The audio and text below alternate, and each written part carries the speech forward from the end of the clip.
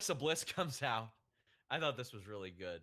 She accused Kurt Angle of being sexist and really did not have a leg to stand on because Brock just defended his title. Had he not defended his title, then it would make a little more sense because, as Angle pointed out, she hasn't defended hers since October.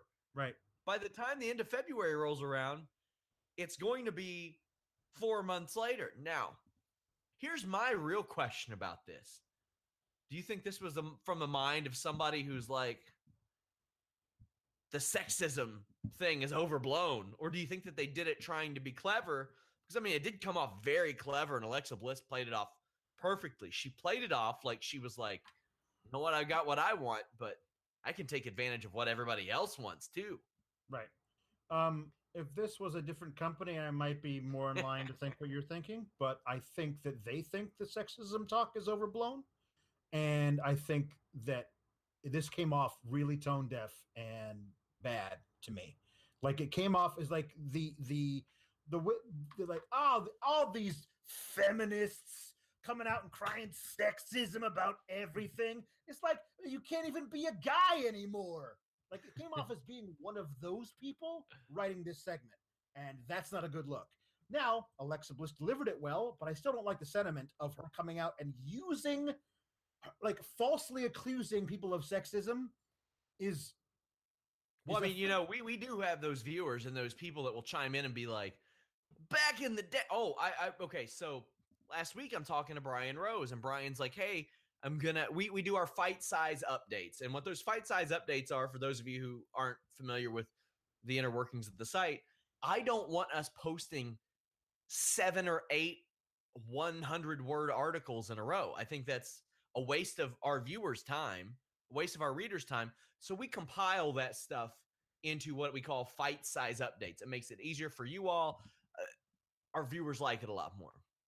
Well, he told me, hey, I'm going to throw this USA Network deal where they are allowing the F word to fly on some of their shows in the fight size. And I said, oh, no. Oh, no, you don't. I said, we do a full article on that and watch the reaction. And about, 400 retweets later, and I would say at least 100 people in my mentions just egregiously saying fuck over and over again. Just over and over again. There are people who crave that just for the sake of craving it. Like, you know, and I think that this segment was in fair taste, but there are those people that are like, I missed back in the day when a woman would get naked and bark like a dog. Yep. That was ratings. We needed that. Yeah, because people didn't have access.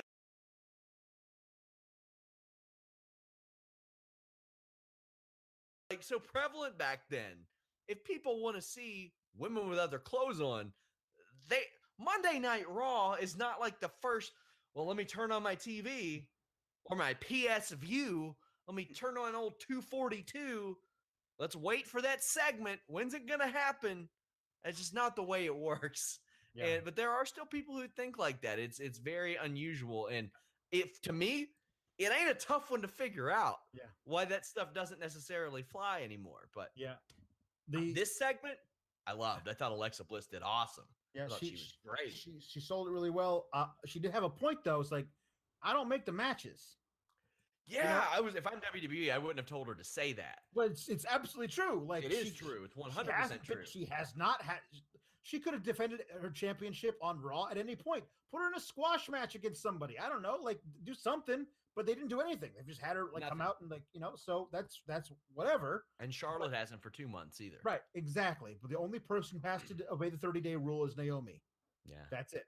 And that's weird because she was back 6 weeks later. 6 weeks later, she was back. So the one thing about this that was odd to me is the whole idea of the stipulation for Nia and Asuka